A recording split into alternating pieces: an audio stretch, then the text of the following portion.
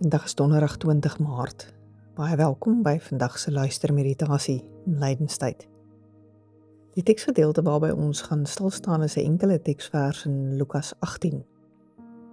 Ons gaan die gedeelte lees uit die 1983 vertaling, maar voor ons gaan saam lees, wil ek jou graag nooi om saam met my tot rus te kom.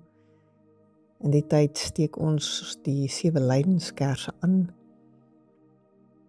Die kerse help ons om na te dink oor die pad wat Christus vir ons elkeen kom stap het. Terwyl jou kerse brand, wil ek jou nooi om sommer net lekker diep asem te haal en met elke asemteug na te dink oor die liefde wat ons in Christus ontvang het, die gawes en die geskenke. En dan as jy uitblaas, wil ek jou sommer net nooi om dit wat op jou hart is in hierdie oomblik, op jou gemoed is, sommer net vir die Here te gee. Asem in, die lewe, die gawe van lewe, geskenke, blaas uit en gee dit wat swaar op jou rus op hierdie stadium vir die Here. Herhaal dit 'n paar keer.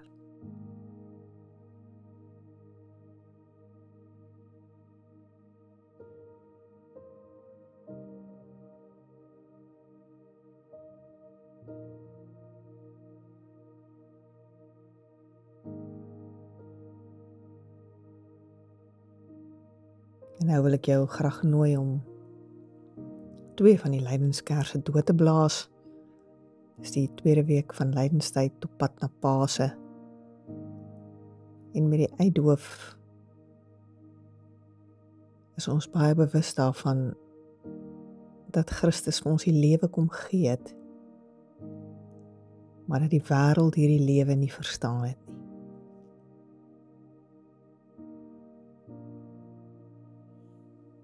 Die enkele teksvers in Lukas 18 vers 1 is as volg.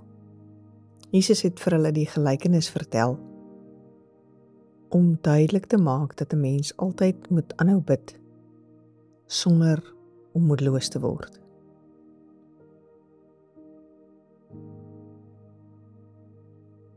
Jesus het vir hulle die gelykenis vertel om duidelik te maak dat 'n mens altyd moet aanhou bid sonder om moedeloos te word. Kan ek jou vra, wat is die gedagtes en die emosies wat by jou opkom as jy hierdie woorde van Jesus hoor?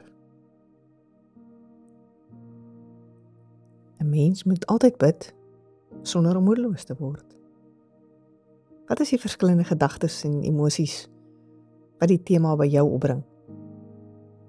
Ek kan nogal dink dat sommige mense mag voel, tog net nie dit nie. Dis 'n vervelige onderwerp, is dan nie belangriker en meer dinamiese temas waaroor 'n mens kan dink nie. Temas oor etiese besluite of oor onreg en ongelykheid en belangrike temas dalk vandag in die wêreld waarin ons leef. Dit kan ook wees dat jy na die tema luister en daar bepaalde skuld en skuldgevoelens by jou opkom. Ek dink onmiddellik aan Paulus se woorde aan die gemeente in Thessalonika as hy sê bid sonder ophou.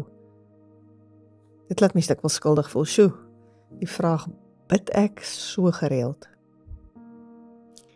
Of dalk kom daar in die woorde by jou 'n bepaalde verlange op, wanneer jy die woord gebed hoor. Maar dit mag ook wees dat daar by jou geen verwagting is nie. So ek weet nie wat die gedagtes of emosies is wat hierdie enkele teksvers by jou losmaak nie, maar ek wil jou graag nooi om vir 'n oomblik hieroor te dink. Jesus het vir hulle die gelykenis vertel om duidelik te maak dat 'n mens altyd moet aanhou bid sonder om moedeloos te word. Wat doen die teksvers vandag met jou? Wat maak dit by jou los?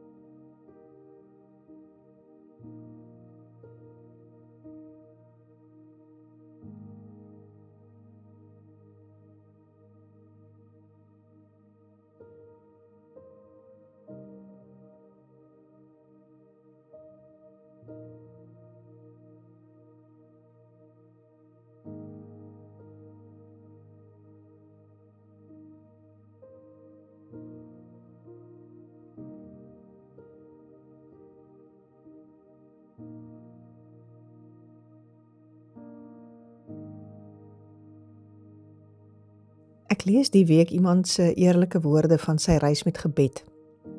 En ek wonder hoeveel mense kan dalk hiermee assosieer. Die persoon skryf: Ek het vir 'n groot deel van my lewe baie gesukkel om te bid. Ek het probeer, so met drukke en stote, maar daar was min vreugde en veral min ervaring van die teenwoordigheid van God. Ek het by tye begin twyfel of dit enige sin maak om te bid. Ek is dikwels tydens my gebede oorweldig deur skuldgevoelens wat my ontmoedig het om te bid. Om eerlik te wees, was ek ook dikwels afwesig as ek gebid het. My gedagtes het gedwaal as ek probeer stil word het en ek het bewus geword van wat ek nagelaat het om deur die dag te doen. Eerder as ek dat ek bewus geword het daarvan dat ek in gebed in die teenwoordigheid van God is, was ek bloot bewus van my eie ongemak. En dit het my eintlik nog minder laat bid. Die skuif het gekom toe ek deur 'n tyd van diep moedeloosheid en uitbranding gegaan het. My energie was weg en ek moes op baie diep vlakke bestek opneem. Op een of ander wyse het ek geweet, dit is nou die tyd waar ek my verlore stryd oor gebed moes opneem. Ek het weer begin bid, gelees oor gebed, maar baie geoefen om te bid. Want die beste raad wat ek gekry het, was dat gebed nie by almal maklik kom nie. Dat jy jouself nie moet kwaadlik neem nie. Dat ek maar net eerlik kan kom met wie ek is en my ervarings. Ek kan aanhou bid en wees by God op die maniere wat vir my werk. En oor 'n tydperk van 2 jaar het daar klein skuwe gekom en ek kon my manier van bid leer ken en geniet. Dis vandag meer as 'n dekade later en ek leer nog elke dag oor gebed. Ek is steeds 'n beginner. Maar in my die oortuiging al hoe meer begin groei dat alles in die lewe begin en eindig met gebed. Om te kan bid het my lewe onomkeerbaar verander. Kan ek jou vra wat in die persoon se getuienis en verhaal dalk ook by jou resoneer? Dink vir 'n oomblik oor jou eie ervarings van gebed.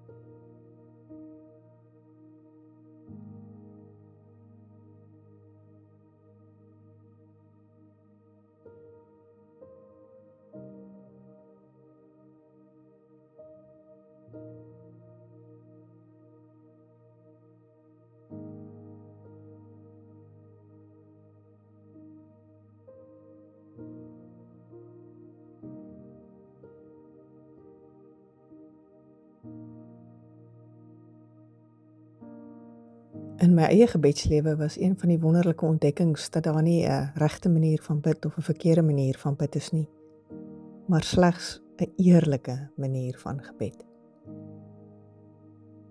Gebruik hierdie oomblik vandag om bloot naak eerlik met die Here te praat oor dit wat op jou hart is, dit wat jy graag vir die Here wil vra.